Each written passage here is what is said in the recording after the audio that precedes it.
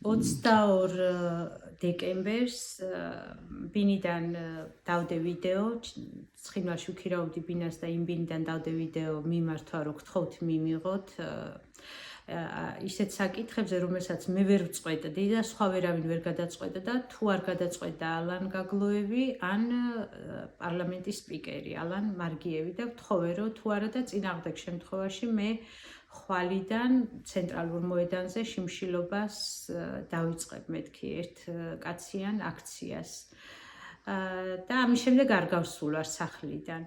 შებინდებული იყო, არ მახსოვს, ან 8 საათი, შეიძლება 9, არ მახსოვს, უკვე ბნელოდა კარგად, საშინელი ხმაური ატყდა კარზე, აბრახუნებდნენ. არავის არ უღებდი ხოლმე იქ და გავიხედე მაინც არ ველოდი მან დამაეჭვა რომ რა ხდებოდა. გავიხედე და 3 წვერიანი მამაკაცი იდგა. შემეშინდა რაღაცა კარგის ნიშანი რო არ იყო და ჩემს რამდენიმე მეგობარს დაურეკე რომ ძალიან მითხოთ მეთქი რაღაც შიშმა შემპყრო და თუ მოხვალთ. ერთი მოვიდა ქალი და არ შემოუშვეს, კაცი მოვიდა და ვერ აიღეს ეჭვი რომ ის ჩემთან მოდიოდა, ყოფილი პროკურორი რომელიც ჩემთან ერთად დააპატიმრეს, ქალაქ ცხინვალის და შემდეგ ჩვენი რაიონის პროკურორი იყო. ნიღბებიანი კაცები ხტებოდნენ, აი ბევრნი ავტომატებით, პისტოლეტებით შემოვარდნენ, ეს კარი შემოანგრიეს და დაიწყეს ყვირილი ჩქარა დაჯექით თუ დაწექით თუ ესე და დაახლოებით 20-ზე მეტი მამაკაცი იყო. შემდეგ როგორც მითხრეს, ესენი იყვნენ კგბ-ს სპეცნაზი, ომონი, კრიმინალური მილიცია, პროკურატურა და თვითონ კგბ-ს წარმომადგენლები და პირადად კგბ-ს კომიტეტის თავმჯდომარე მოვიდა ჩემს დასაპატიმრებლად, რაც ყველას ძალიან გაუკვირდა. ტელეფონები ჩამოგვართვეს, ჭხრეკა ჩაატარეს ბინის, არაფერი არ მქონდა ტანსაცმლის და ჭურჭლის გარდა. იმდენი ხალხი იყო, დაახლოებით 100-ზე მეტ ადამიანს ალყაში ჰყავდა შემორტყმული კორპუსი. გადაგვიყვანეს გენერალურ პროკურატურაში. თამარ, თქვენთან ერთად ვინ დააკავეს? ალან კულუმბეგოვი, პროკურორი ყოფილი ჩვენი რაიონის და მანამდე ქალაქ ცხინვალის პროკურორი იყო. გადაგვიყვანეს გენერალურ პროკურატურაში, იქ მოგვაწერინეს ხელი, რომ ჩვენ საქმე არ იყო აღზრული, არაფერი, უბრალოდ რაღაც ქაღალდები გვაჩვენეს და წაგვიყვანეს. იმ უბრალო ქაღალდზე ეწერა, რომ მე ვარ ბრალდებული ჯაშუშობაში 276 მუხლი. გადაგვიყვანეს იზოლატორში, პირველი დაკავების იზოლატორში, შინაგან საქმეთა სამინისტროს სარდაფში იყო. მე ვიყავი მარტო ქალი და დანარჩენ კამერებში 4-5 მამაკაცი იყო. 2 დღენახევარი ვიყავი იქ. დღეში გვიშვებდნენ, თუ არ ვცდები 10 თუ 15 წუთით, დანარჩენი ჩაკეტილი ვიყავით და სასამართლომ წინასწარი ორთვიანი პატიმრობა მომისაჯა და იქ გავიგე რას მედავებოდნენ. რომ ერთ-ერთ ჩემს ინსტაგრამ ვიდეოზე თურმე გამოჩნდა მობილური კავშირის ანძა ადგილობრივი და მითხრეს, რომ ეს არის შენ ხარ ჯაშუში და ამასო ისინი სამსახურები გამოიყენებენ და შეიძლება დაბომბონ. თუ ესე მეთქი, რატო პირადში არ გაუგზავნიდი, მე თუ შპიონი ვარ და თუ კავშირები მაქვს, რატო პირადში არ გაუგზავნიდი, რატო გამოაქვეყნებ, რომ ქორწილი გადავიღე მეთქი, იმ მხრიდან ისმოდა ხმა. მოკლედ მომისაჯეს ორთვიანი პატიმრობა. ალან კულუმბეგოვი 2 დღის შემდეგ გაათავისუფლეს, მოუხსნეს ბრალდება.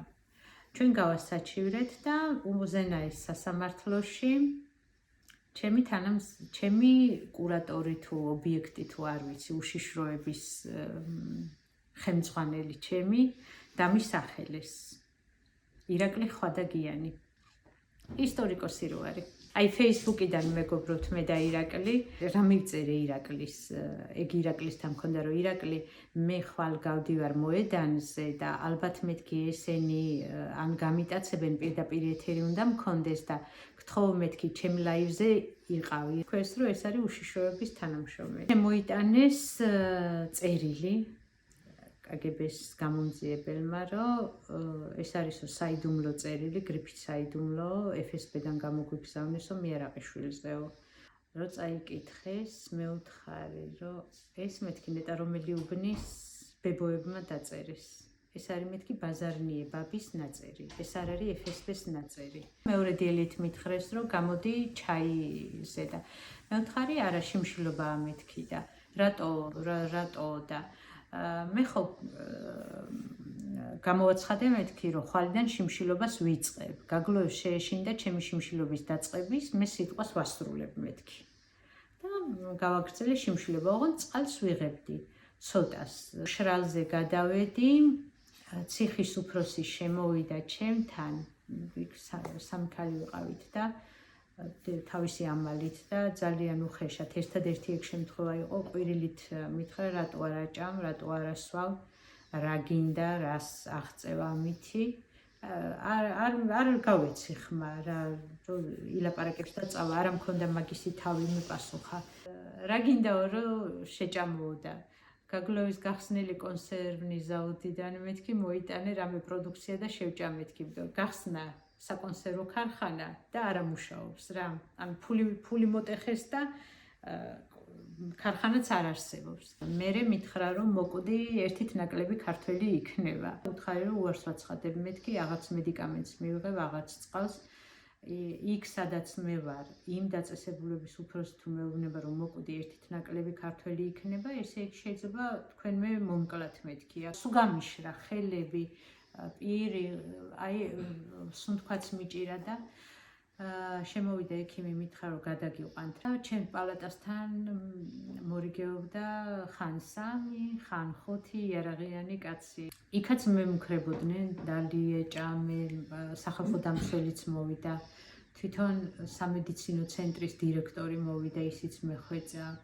ჩემი შვილის სიტყვები გადამომცეს და მე ვთხარი რომ არა მეთქი, მე აქედან არ წავალ იმითი რა ქვია, რომ დამიმტკიც და ჯაშუშობა და თქვენ გამიფორმებთ მეთქი. მე მირჩევნია მოუკვდე იმ სასამართლომდე, ვიდრე ამას ჩამიწერთ და მე ამას წლები მოვანდომო ამის ჩამორიცხვას, ვიდრე თქვენ სასამართლოზე. ალან გაგლოვის სახელობის ცირკში მივიღო მონაწილეობა მეთქი. გამაფრთხილეს რომ შენ დაგჭირდება დიალიზი. ჩვენ აქ არა გვაქვს მაგისი საშუალება. თუ გინდაო რომ გადაგიყვანოთ თბილისში, მე ვთხარი რომ არა, თბილისში გადაყვანაზე უარს ვაცხადებ, გადამოყვანეთ ჩრდილო ოსეთში მეთქი. გზა არ იყო ჩრდილო ოსეთში და მოკლედ აქეთ გადმომიყვანეს, იმიტომ რომ უკვე წოლაც მიჭირდა, ყველაფერი მტკიოდა, ბეჭები, წელი, აი ეხლაც მტკივა. დასხმას მიკეთებდნენ, უცბად შემოვარდნენ რაღაცა ისეთი ჩქარა ისეთ ტემპში და მითხრეს რომ შენ სასამართლოზე გელოდებით, სასამართლო ტარდება და მართლა აი ჩემი თავისთვის კი არა, გაგლოისთვის ვიფიქრე რომ რაღაცას იტყოდა რომ აი შვილის, იმის, ამის, რაღაცის გულისთვის ამ ყველაფერზე მოკლედ უარს ვაცხადებთ და იხურება საქმე. აი ესევე წამომაგდეს როგორც ავარ პიჟამებში, ხელში ნახევრად შეჭობილი ის დამრჩა. ის იყო 31 დეკემბერი, დასვენების დღე ცხინვალში. ადამიანი არ იყო სასამართლოში, მოსამართლე ერთი მანდატური თქვენს მოქალაქეობას განვიხილავთო. მკითხეს რომ შენ რა საბუთებით იმყოფებოდი, ოსური საბუთებით სამხრეთ ოსეთის ტერიტორიაზე. ჩემი საბუთები მეთქი არის შინაგან საქმეთა სამინისტროში განახლებულია, უბრალოდ არ მაძლევენ მეთქი. მაგითო არ ამტკიცდებაო რომ შენ საბუთი გაქვსო და შენ სამხრეთ ტერიტორიაზე იმყოფებოდიო 2 ისა წლების განმავლობაში უსაბუთოდ, გაჯარიმებთ 2000-თო და გაძევება გამიყვანეს და უკვე სხვა მანქანა მოაყენეს ნივა და უთხარი უკვე მაძევებთ მეთქი, მე ხო 10 დღიანი ვადა მაქვს გასაჩივრების, ანუ 10 დღესაც ვერ ამიტანს მეთქი გაგლოევი და ის მეკეთა ხელბორკილები და ავწიე და უთხარი, რომ სულ სამხედროები იყვნენ, აი ძალოვანი კაცები და უთხარი, რომ თქვენი მხედართმთავარი ალან გაგლოევი არის ძალიან შიშარა კაცი, ესევე თქვენი, რომ ავადმყოფი ნაშიმშილარი ქალის ისე ეშინია, რომ ხელბორკილები დაგადებინათ მეთქი, როცა იმაში ვიყავის გისოსებში. არ დამჯდა არ ვარ იქ და ყოველთვის მომდენ დაჯექი და ეხლა 31-ში ძალიან ცუდად ვიყავი, მართლა ფეხზე ძლივს ვიდექი და ხან იმას ვეყუდებოდი, ხან ხელებით ვეჭიდებოდი და დაჯექიო და იქ ვთხარი, რომ ეს არის ჩემი ადგილი მეთქი, არ დავჯდები, აქ ალან გაგლოევი უნდა დაჯდეს მომავალში და მე ვიქნები მეთქი მოწმე მის წინააღმდეგ. მიმიყვანის ერგნეთის აი სადაც მოლაპარაკებები იმართება, იქითი მხრიდან მოდიოდა გორის ერგნეთის მხრიდან მოდიოდნენ სულ მამაკაცები იყვნენ, კამერებით იყვნენ, სამხედრო ფორმებიც ეცვათ, სამოქალაქო ტანსაცმელიც და იმათ უთხრეს, რომ აი გადმოგცემთ თქვენს მოქალაქეს. აი ისინი წავიდნენ, ჩვენ მოვდივართ, ძლივს მოვდიოდი მართლა, სულ თქვა, სიარული ყველაფერი მიჭირდა. და ამ დროს ორი კამერით მიღებდნენ ეს ხალხი. თუმცა აი ახლა ვათვალიერებდი არსად არადევს ეს ვიდეოები, მე როგორ გამომიყვანეს. მიმიყვანეს გორის ჰოსპიტალში გამოკვლევებისთვის და გადასხმებისთვის. ვიდრე მიმიყვანდნენ, მე გზაში მოვითხოვე ტელეფონი, მეგობართან მინდა მეთქი დარეკვა, ადვოკატთან მინდოდა დარეკვა. არ მაძლევდნენ უფლებას, არც გორის ჰოსპიტალში, ცოტა ხმამაღალი საუბარი მომიწია, დამარეკვინეს. იქვე ვიდრე გადასხმები მიდიოდა და ველოდებოდით ადვოკატს ქეთი ჩუთლაშვილს. მე შემოვიდნენ კიდე სხვა მამაკაცები, რომლებიც მითხრეს, რომ უნდა გავყოლოდი, უკვე ღამე იყო, ან 8 ან 8-ის მერე გავყოლოდი ცხეთის პოლიციის სამმართველოში დაკითხვაზე, რაზეც უთხარი, რომ აი ამ მდგომარეობაში ღამე ნაშიმშილარი, ძლივს ლაპარაკობ, თავი არ ამუშაობს, აი რა აუცილებლობაა მეთქი, აქვე გიპასუხებთ, არა იქ უნდა წამოხვიდეო. უთხარი, რომ დავიწყოთ აქ და თუ რამე დაგვაკლდება, წამოვალ. იქ მე კითხვა დავსვი, როცა მოხვედით მეთქი, ანუ თქვენ თუ არ მოხვედით, როგორც კერძო პირები, მოხვედით როგორც სახელმწიფოს წარმომადგენლები, ხო? აი ამდენი კაცი ჯიპებით. რას ამთავაზობთ მეთქი, რა გჭირდებაო და აი თქვენი სიამაჩვენეთ მეთქი რა ავირჩიო. და ერთ-ერთმა მითხრა, რომ მეო თვითონ ვიწრო ცხოვრობო, პოლიციის მაღალჩინოსანი იყო და თუ გინდაო ჩემ მანქანაში გაათენეო. აი ესე დამთავრდა ჩემი გამოთავისუფლება. დამტოვეს ქეთისთან, წავიდნენ ის კაცები და მე აი ესე ვარ იმის მერე. აი ესე ცარიელი წამოვედი, ერთი სათვალეები გამომატანეს ჩემი, რაც სავადმყოფო და ნივთები, ნაწილი ნივთები არ გამომატანეს არც ციხიდან, რა თქმა უნდა, არც ბინიდან.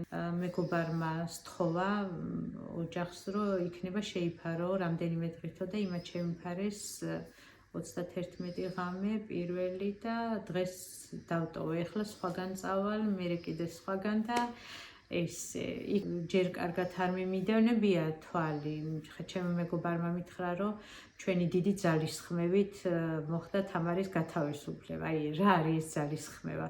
მე რო ყველაფერი დავკარგე და აქაც ჰაერში ვარ გამოკიდე, მე იქ არავინ არ ამკლავდა. და ციხეშიც იყო, რა ვიცი, ჩვეულებრივი პირობები, სითბო იყო ტელევიზორი საჭმელი, ჩემს რაიონის ტერიტორიაზე მაინც ვიყავი და მართლა არ მოვიკლავდი თავს, რაღაცა ეტაპზე შევწყვეტდი, ან ისინი შეწყვეტდნენ.